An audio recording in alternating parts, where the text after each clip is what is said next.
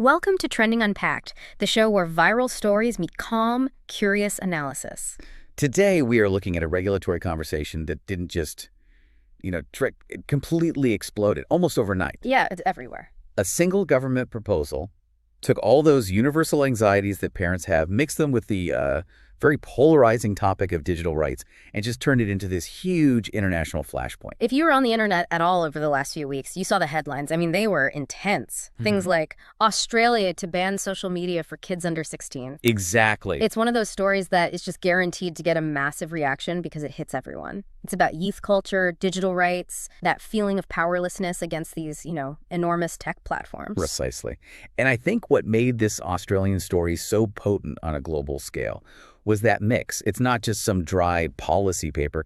It's a real cultural moment. You have the constant worry over youth mental health, cyberbullying, an issue that, it transcends borders.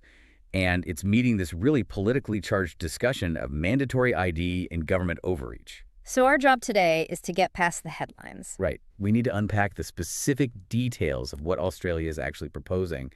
And I think, most importantly, try to understand the deep cultural tensions that are driving this entire debate, not just there, but worldwide. Okay, let's get into it. And I think we have to start with the context here, because this proposal didn't just come out of nowhere, did it? Not at all. Australia has a bit of a reputation for pushing pretty strong tech regulations. They seem to move faster and, well, more aggressively than other places like the US or Europe. That is such a crucial starting point. Australia's willingness to go after big tech is not new. They have a kind of regulatory muscle memory that makes a proposal like this feel credible. So this isn't just talk. No, it's not a bluff. It gives the whole debate a real weight. It's an escalation of this ongoing strategic push they have for what they call digital sovereignty. Okay, so what's the big precedent here? What's the existing architecture they've already built that informs this whole conversation about age verification? The foundation is the Online Safety Act, the one from 2021. Right, I've heard about this. This act is Australia's, their significant framework for online safety, and it's what gives the regulatory body, the e-Safety Commissioner, its substantial power. And for our listeners around the world, the e-Safety Commissioner is basically Australia's independent national regulator for online safety. So how does this role show that regulatory muscle you mentioned? What kind of teeth does it actually have? Well, the commissioner, who's currently Julie Inman-Grant, has some pretty extraordinary powers, especially when it comes to content removal. Yeah. Under that 2021 Act, the commissioner can issue what are called removal notices, which are basically legal demands, to social media companies for specific types of harmful content. So it's not just a polite request. No, it's a legally enforceable order. And what kind of material are we talking about here? What falls under that umbrella? It focuses on three main areas. First is serious cyberbullying material that's targeting an Australian child. There's a harm threshold they have to meet. Okay. Second is the non-consensual sharing of intimate images. And third is what they call abhorrent, violent, or terrorist material. Right. And the fact that the commissioner can just bypass a platform's own moderation and legally compel them to remove something within, say, 24 to 48 hours, that shows a level of direct regulatory interference that you just don't see in many other places. That's a huge distinction. So they already have a working system for dealing with harmful content after it's already online. This new proposal, then, it feels like a strategic shift. It is. They're moving from reacting to content to trying to control access to the platforms themselves. Exactly. They're trying to move upstream from content moderation to what you could call user gating. And we should also quickly mention the previous attempts they've made at age verification. For adult content, right? Yeah. Primarily pornography. They introduced discussions about mandatory age verification for that. And those attempts stalled, didn't they? Why was that? If the tech was there, why did they back off? They stalled because of these massive civil liberties hurdles, which, are still at the very center of the debate today. The technology you need to prove a user is an adult. Well, it often requires collecting incredibly sensitive data, things like facial geometry or government ID number. Even people pushed back? Oh, loudly. Digital rights groups raised the alarm about creating this centralized national digital surveillance network just to police access to porn. The privacy trade-off was just seen as too risky. And that history is so important because it explains the tech industry's resistance now. It perfectly sets up the tension. The Australian government knows the technology is possible, but they're also keenly aware of the massive public and political cost of creating a centralized ID system. So that's the core conflict we're seeing play out. It is. And all of these regulatory actions, both past and present, are really driven by this sustained grassroots pressure from schools, from educators, parent groups, who all feel that big tech's self-regulation model is just, well, it's failing. Okay, let's pivot now to the actual proposal, because this is where the facts got a bit lost in all the noise online. What exactly are they trying to restrict? So the proposed policy, and it's still in a consultation phase, we should remember that, it's very squarely focused on restricting access to social media platforms for minors. Yeah. Specifically, anyone under the age of 16. So a targeted age restriction. Yes, applied mainly to platforms that fall under that broad social media umbrella. And the mechanism here is the key thing. Mandatory age verification. How is that supposed to work? Who has to enforce it? The mechanism they're looking at is sort of twofold. First, you require the platforms to use robust age verification technology. Right. But second, and this is crucial, you place the primary legal and financial burden of enforcement directly on the social media companies themselves. So it's their problem to solve. Exactly. It shifts the burden of proof away from the user or the government and puts it squarely on the company that's profiting from that user base. The platforms would have to use, best effort or state-of-the-art tech to make sure no one under 16 can get on without explicit parental consent. Which brings us straight to the misconceptions. We have to be really clear about what this isn't. The biggest claim I saw was that this bans all social media for everyone, the whole Australian Great Firewall thing. Yeah, and those claims are fundamentally incorrect. Yeah. This is a targeted policy aimed at protecting youth. It's about enforcing age gates. It is not an attempt at broad internet censorship or blocking access for the entire adult population. It's more like the rules for buying alcohol or something. That's a great analogy, yes. But the other huge claim, the one that really scared a lot of people, was this idea that adults would suddenly need to submit their government ID just to log into Facebook or Instagram. Is that just fiction? That claim is not fiction, but it's a potential consequence, not the explicit goal. It depends on the method of verification they choose. How so? Well, if the government mandates an extremely stringent, centralized system, one that uses a universal ID or biometric data to create an ironclad barrier, then yes. In that scenario, requiring adults to prove they're not under 16 becomes, well, a practical necessity. So you'd have to prove you're an adult to be treated like one. Pretty much. The whole debate is about finding a solution that's strong enough for kids without imposing these universal invasive ID requirements on every single adult. So that fear of a centralized digital identity system, it's rooted in the technological path the government might choose to take. Absolutely. The level of verification they demand dictates the level of data collection and the surveillance risk for everyone. That's why that rumor spreads so fast. It taps right into that deep public distrust of these kinds of systems. Okay, let's talk about the why. Beyond the general idea of protecting children, what are the specific pressures and drivers that made this proposal viable right now? The government is responding to a very defined, documented, and sustained public crisis. The pressure is coming from professional bodies, pediatricians, mental health organizations, parent lobbies. People on the front lines? Exactly. People who feel they're handling the fallout of this uncontrolled digital access every single day. And the policy is motivated by 4 specific concerns, right? They're explicitly named in the documents. Correct. The first one is the pervasive issue of cyberbullying, which has moved so far beyond simple teasing. It has devastating, sometimes tragic, real-world consequences. Oh, of course. The second is the documented youth mental health crisis. We're seeing more and more studies that suggest a correlation between certain social media usage patterns, like passive scrolling and algorithmic echo chambers, and spikes in anxiety and depression. And the third one is about what kids are actually seeing online. Right. Exposure to harmful content. We're talking explicit material, violent extremism, or content that promotes self-harm and disordered eating. The argument is that the algorithms are designed to maximize engagement, right? Yeah. So if a young user shows even a slight interest in a vulnerable topic, the algorithm can rapidly feed them more and more intense and more harmful content. And the fourth driver goes back to the ethics of the whole digital economy. It does. The fourth is general privacy concerns and data exploitation.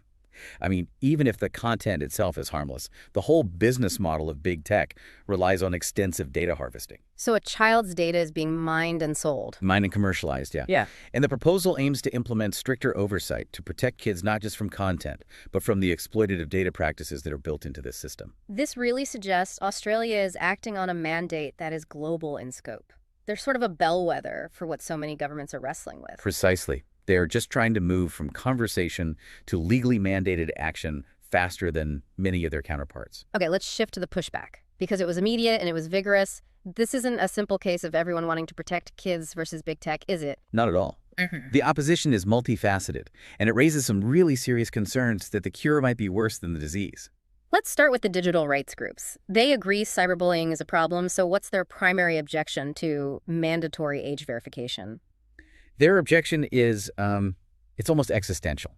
It centers squarely on the creation of a massive surveillance infrastructure. So it's not about the goal, it's about the method. It is, true. Mandatory age verification requires universal, broad-scale data collection. And these groups are sounding the alarm that this creates a dangerous precedent. It's a massive honeypot of sensitive information, and it fundamentally compromises privacy for the entire population, adults included, just to, marginally increase protection for one age group. The risk outweighs the benefit, in their view. Exactly. The universal surveillance risk outweighs the localized benefit. And what about the tech industry? We know they resist regulation, but what are their specific arguments against this? Their arguments are really threefold. First, technical feasibility. They argue that perfection is just impossible, especially when you're up against highly motivated teenagers using VPNs or just lying about their age. Right. Second, they cite privacy risks. They argue that forcing them to centralize all this sensitive ID data makes them a huge target for hackers, potentially exposing millions of users. And a third one is the financial argument, which is where the skepticism really comes in. That's the quiet killer, isn't it? Implementing robust age verification is a massive expense. But more importantly, excluding the under 16 demographic severely impacts their user growth and their future ad revenue. Because today's teens are tomorrow's adult consumers. Of course. Cutting them off now stunts the growth of their most valuable asset, which is the user graph. The widespread belief is that their resistance isn't about impossibility, it's about the economic devastation it would cause. And we also have to touch on the youth pushback. It wasn't just civil liberties groups. No, and this is a critical point. For many young creators, social media is an early form of economic opportunity. It's their livelihood, a platform for their art, their music, their small businesses. So restricting access isn't just an inconvenience for them. For them, it's seen as throttling their careers and limiting their ability to build community and professional networks. It becomes an economic rights issue, not just a privacy one. Which totally transforms it from a regulatory problem to a perceived attack on their autonomy. Absolutely. And public sentiment really reflects that tension. You see surveys showing parental concern is sky high, but you also see significant youth activism pushing back against what they see as government overreach. And before we move on, we should just quickly touch on the international parallels. Australia isn't doing this in a vacuum. No, this is a global trend. Commentators are quickly comparing this to what's happening in the UK with their online safety bill, or in U.S. states like Utah and Texas, which have already passed laws requiring parental permission for minors' accounts. So everyone's trying to solve the same problem. Yes, but Australia is just testing the most stringent end of the regulatory spectrum, a hard, verifiable gate right at the front door. Okay, that sets the stage perfectly. Let's turn to the internet theories and the cultural interpretations, because this is where a policy proposal jumps the fence and becomes, viral speculation and social commentary. This is where you really see the public distrust manifest. These narratives, whether they're based in fact or not, they heavily influence the intensity of the debate. So let's start with the political one, the speculation that this is just an election tactic. That narrative spread like wildfire. The idea that political parties are using this polarizing proposal mainly to court anxious parents. It's an easy win politically. It's a very easy, high-visibility policy win. You position your party as the one protecting our children from the big bad big tech. It works in the court of public opinion, even if the actual enforcement is, well, a nightmare later on. And that cynical view feeds right into the corporate side. The idea that this is all a precursor to something much bigger. That's the most potent fear among the digital rights activists. The idea that if the government can successfully mandate universal ID for social media, it creates a template. A template for what? For potentially requiring ID verification to access a whole host of other critical online services in the future. It establishes a form of digital gatekeeping, where citizens have to prove who they are just to interact online. It's seen as a major step toward normalizing government control over online speech. Wow. Okay, shifting to the response from the digital natives themselves, the youth reaction was instantaneous, wasn't it? Lots of memes and jokes. It was a fascinating case study in online defiance. The moment the proposal gained traction, the internet was just flooded with memes about, out-of-touch politicians trying to turn off the internet. And jokes about VPNs? So many jokes about VPNs. It's a practical workaround. It's an implicit threat. We know how to get around your system. Exactly. Teenagers are digitally savvy, And the immediate practical concern that commentators raised is that if mainstream platforms like TikTok or Instagram become too invasive or too difficult to access, They'll just go somewhere else. they'll migrate en masse. And where they go is to private, end-to-end encrypted spaces. Apps like Signal, parts of Discord, private group chats, places with zero oversight. Not just from the government, but from parents, from the platforms themselves. Which means the government's attempt to increase safety actually pushes vulnerable activity into darker, less regulated corners of the internet. It could make things like cyberbullying even harder to detect and stop. It's the definition of an unintended consequence. It really is. And it boils down to this profound cultural debate about parenting in the digital age. Is banning access the right move? Or does it just sidestep the deeper issues of algorithmic addiction and mental health? It forces a really difficult conversation between autonomy and safety. It does, because the generation being regulated, the digital natives, Right. they often feel that the regulators, the digital immigrants, just fundamentally misunderstand how the internet actually works, Right. the social necessity of it, and all the workarounds that are inherent to the ecosystem. Okay, that brings us to the analysis and the takeaway. We've covered the history, the mechanism, the pushback, the cultural context. Now we have to synthesize all this. What do experts agree is actually achievable here? Right. We move from political rhetoric to technical reality. So let's start with that enforcement conundrum. The government wants verification. Tech companies say it's impossible. What's the truth? The consensus is it's highly nuanced. While age restrictions are achievable in theory, full, robust enforcement against a savvy user base is incredibly difficult and costly. It's a cat and mouse game. It's an ongoing, high-cost cat-and-mouse game. You can deploy verification tech, anything from a simple "Are you over 16?" button to sophisticated cryptographic methods, but the immediate reaction about VPNs shows you that loopholes will always exist. So we get back to that fundamental tension, the surveillance risk. Is the marginal increase in child protection worth this substantial increase in universal surveillance? That is the ultimate trade-off, and it's one that many watchdog groups argue should fail the cost-benefit analysis. The resources needed to get near-perfect age verification, which means collecting sensitive data from everyone, might create a long-term societal risk that far exceeds the harms it's trying to prevent. It feels like trying to solve a deep social and mental health crisis with a technological sledgehammer. That is the core critique from a lot of mental health professionals. Online behavior is often a reflection or a magnifier of underlying issues. Restricting platform access doesn't magically fix those root causes. It just changes the venue. Exactly. It just changes where the problems manifest. So, given all these constraints and challenges, why did this Australian push specifically capture such massive global attention? I think a few reasons converge. First, Australia's track record of successful enforcement. Because of the e-safety commissioner, when Australia proposes something, the tech industry takes it seriously. Unlike proposals from other places. Right. And second, the emotional component. It targets youth mental health so directly, which is a topic that resonates universally with parents everywhere. Australia's government just showed an intense political will to tackle an issue most Western governments have been pretty cautious about. Okay, so looking forward, what's the most likely trajectory here? Will this ban actually pass, as proposed, with universal ID checks for everyone? It is highly improbable that the most stringent version, the universal ID check for every adult, will pass unchanged. But they have to do something. Yes, the political pressure from parents and schools is too strong for the government to do nothing. Some form of regulation is almost guaranteed. But the pushback on feasibility and, more importantly, the ethical concerns about surveillance, they necessitate a significant modification. So what does that modified outcome look like? How do they get a political win without creating a surveillance state?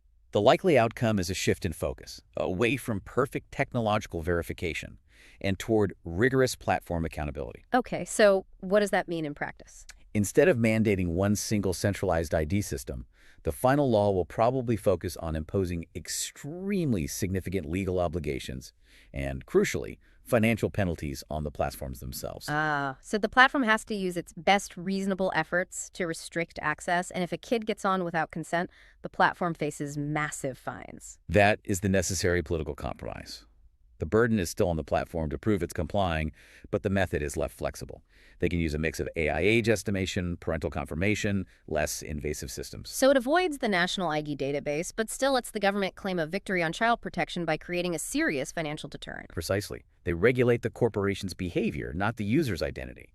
It's a more sophisticated form of modern digital governance. That seems like the most functional way to balance everything. Child protection, tech feasibility, and digital liberties for adults. It is, and the world will be watching very closely to see if those financial penalties actually lead to safer online environments for kids. It is just an immensely complex issue. Regulating these digital spaces is so challenging because any attempt to protect often clashes directly with the desire for autonomy, the need for privacy, and the undeniable fact that young people will always find a way to connect. And that's the final provocative thought we should probably leave you with. If we make social media too difficult or too invasive to access, does that truly solve the problem? Or does it just push vulnerable youth into even less regulated, private corners of the internet? Making them harder to supervise, harder to help, and maybe even more exposed to harm than they were before. Exactly. That's a crucial question for all of us to consider as these debates move forward globally. Thank you for helping us unpack this enormous topic. Always a pleasure. Next episode, we're shifting gears and unpacking why the Stranger Things cast is suddenly everywhere online again, from reunions to rumors and everything in between.